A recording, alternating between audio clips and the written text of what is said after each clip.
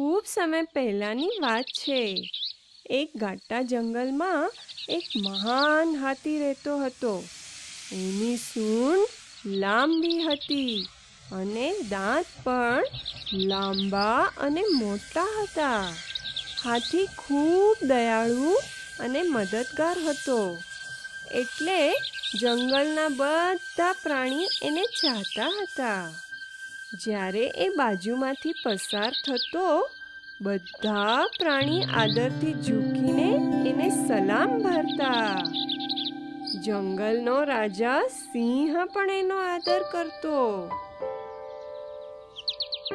એક દિવસ વ્યાપારીઓની એક ટોળી જંગલમાં ભટકી ગઈ.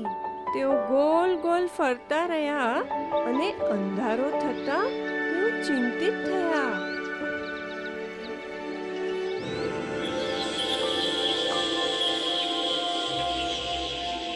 થાક્યા અને ભૂખ્યા તેઓ એક ઝાડ નીચે બેસી ગયા.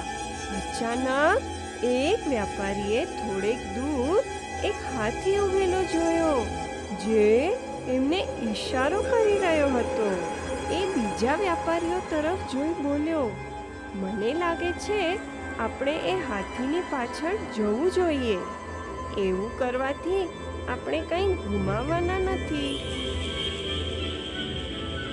એટલે વ્યાપારી હાથી પાછળ ચાલતા ગયા અને જલ્દી જ તેઓ જંગલની સીમા પર પહોંચી ગયા. ત્યાંથી થોડેક દૂર તેમને શહેરની દિવાલો દેખાઈ. વ્યાપારીઓ અતિ આનંદિત થયા. તેઓ હાથીનો આભાર માનવા વળ્યા, પણ ત્યાં સુધી તો એ ચાલ્યો ગયો હતો. વ્યાપારીઓ શહેરમાં ગયા અને રાજાને મળ્યા. વ્યાપારીઓએ કહ્યું, મહારાજ, આ શહેરની પાદરે જંગલમાં એક અદ્ભુત હાથી છે, જેના દાંત ખૂબ જ સુંદર છે. અગર એણે અમારી મદદ ન કરી હોત તો અમે જંગલમાં ભટકી ગયા હોત. પણ રાજાએ હાથીના ઉદાર સ્વભાવ વિશે સાંભળ્યું નહીં. એમણે સાંભળ્યું તો માત્ર એ જ કે એના દાંત અતિ સુંદર હતા. ક્રૂર રાજાએ વિચાર કર્યો, હું તે હાથીને મારી એના દાંત લઈ લઈશ. મારા મહેલની દિવાલોની એ શોભા વધારશે. બીજા જ દિવસે રાજા પોતાના સૈનિકોને લઈ હાથીના શિકારે નીકળી પડ્યો. એ જંગલમાં ઘૂમ્યો અને જલ્દી જ એક તળાવ પાસે પહોંચ્યો, જ્યાં એ હાથી નાઈ રહ્યો હતો.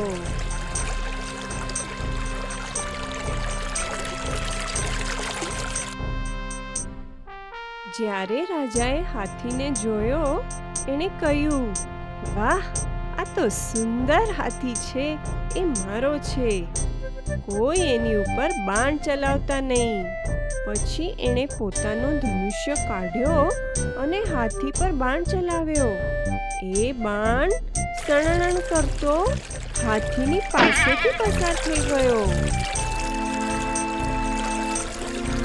હાથી હવે સાવધ થઈ ગયો અને દોડવા માંડ્યો.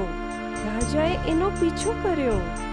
હાથી જંગલમાં દૂર સુધી ચાલ્યો ગયો અને જલ્દી જ રાજા એના સેવકોથી દૂર થઈ ગયો. હાથીને છુપી જવા એક જગ્યા મળી ગઈ અને રાજા એને શોધવા લાગ્યો.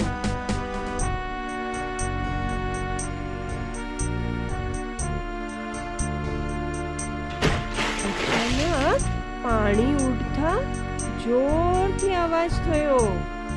રાજાએ કાદવમાં ડગલું ભર્યું હતું. હાથી બહાર આવ્યો અને એણે જોયું કે રાજા કાદવની અંદર ધસાઈ રહ્યો હતો. રાજાએ બૂમ પાડી, બચાવો, બચાવો, કોઈક મને બચાવો. પણ એના સૈનિકો એટલા દૂર હતા કે તેમણે સાંભળ્યું નહીં.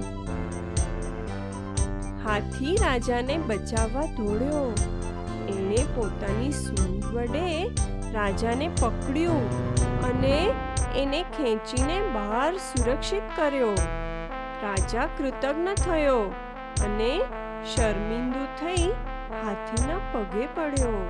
એ મહાન હાથીએ રાજાને ઉપાડી પોતાની પીઠ પર બેસાડ્યો અને એને શહેર પાછો લઈ ગયો.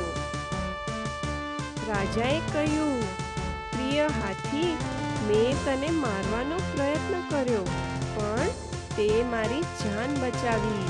તે મને મહાનતાનો ખરો અર્થ સમજાવ્યો છે. ધન્યવાદ. હાથીએ રાજાને આશીર્વાદ આપ્યા અને પાછો જંગલમાં ગયો. એને ફરી કોઈ શિકારીએ કદી હેરાન કર્યું નહીં.